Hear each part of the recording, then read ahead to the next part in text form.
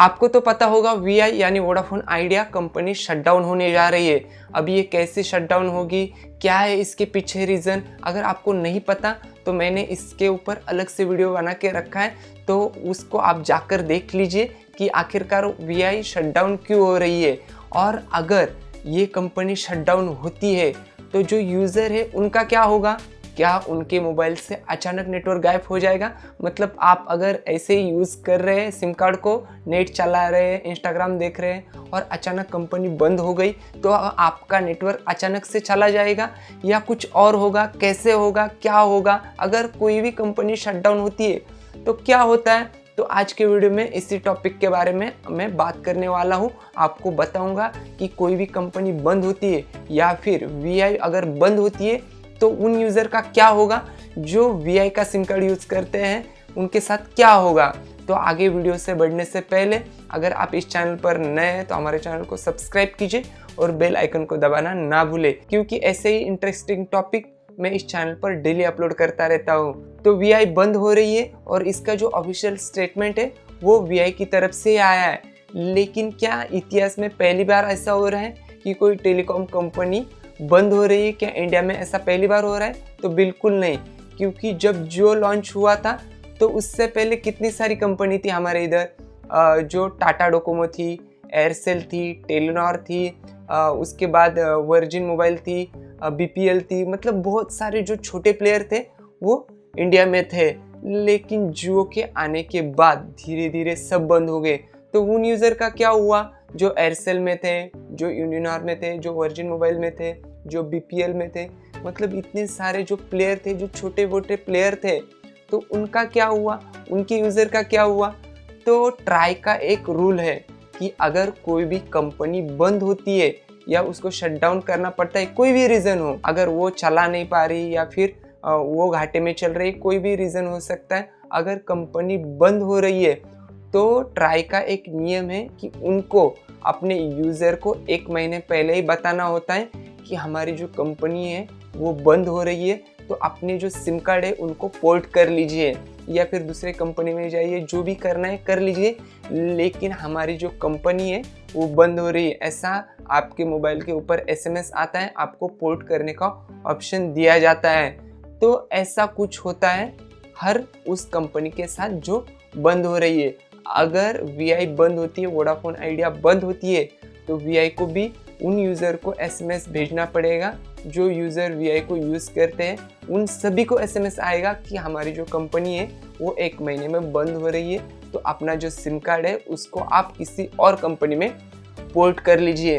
तो ऐसा नहीं होगा कि आप सिम कार्ड चला रहे हैं या फिर आप स्मार्टफोन चला रहे हैं और आपके सिम कार्ड में से अचानक से नेटवर्क चले जाए, या फिर आप मस्त इंस्टाग्राम स्क्रॉल कर रहे हो और नो सर्विस मैसेज आए, इमरजेंसी मैसेज आए। ऐसा कुछ नहीं होगा। आपको 1 महीने का समय दिया जाएगा।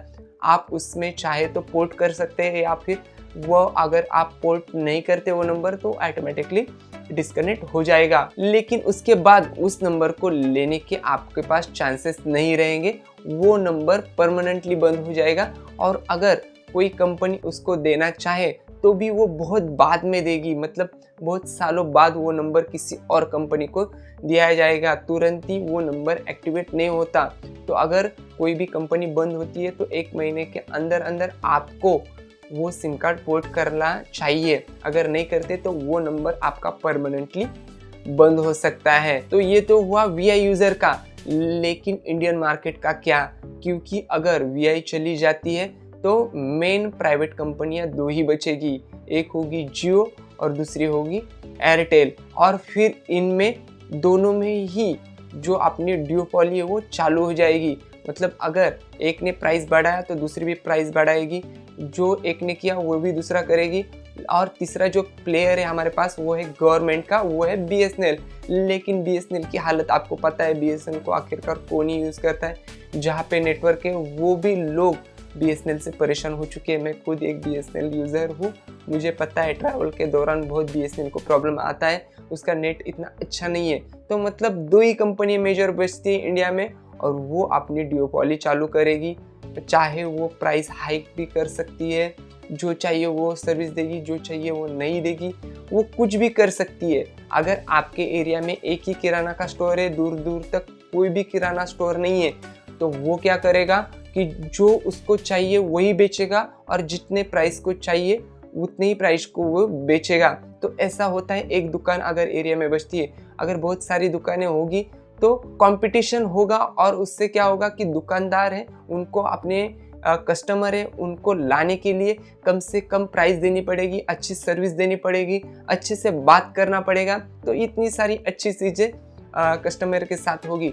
लेकिन अगर एक ही दुकान है तो वो रूडली भी बात करे तो भी आपको उसके पास ही जाना है, उसने प्राइस हाइक किया तो भी उसके पास जाना है, उसका सामान खराब है तो भी उसके पास जाना है, क्योंकि दूसरा कोई ऑप्शन ही नहीं बचता। और ऐसा होता है तो ये बहुत खतरनाक हो सकता है, क्योंकि इतना प्राइस हाइक हो चुका है और 5G आने के बाद और भी प्राइस हाइक होने वाला है। और अगर VI मार्केट से चली जाती है तो और प्राइस हाइक हो सकता है। लेकिन अगर VI मार्केट से चला जाता है तो फिर बहुत बड़ी दिक्कत हो सकती है। बाकी आपको क्या लगता है कि VI मार्केट से चला जाता है तो जियो और एयरटेल क्या क्या कर सकती है, हमें कमेंट सेक्शन में ज़रूर बता दीजिए। तो बस दोस्तों, आज के वीडियो में बस इतना ही। अगर वीडियो अच्छा लगा तो हमारे चैनल को सब्सक्राइब कीजिए, कमेंट कीजिए, लाइक कीजिए और ज़्यादा से ज़्यादा दोस्तों शेयर कीजिए। तो फिर मिलते हैं किसी नए वीडियो में किसी नए टॉपिक के साथ। तब तक के लिए अपना ख्याल रखें।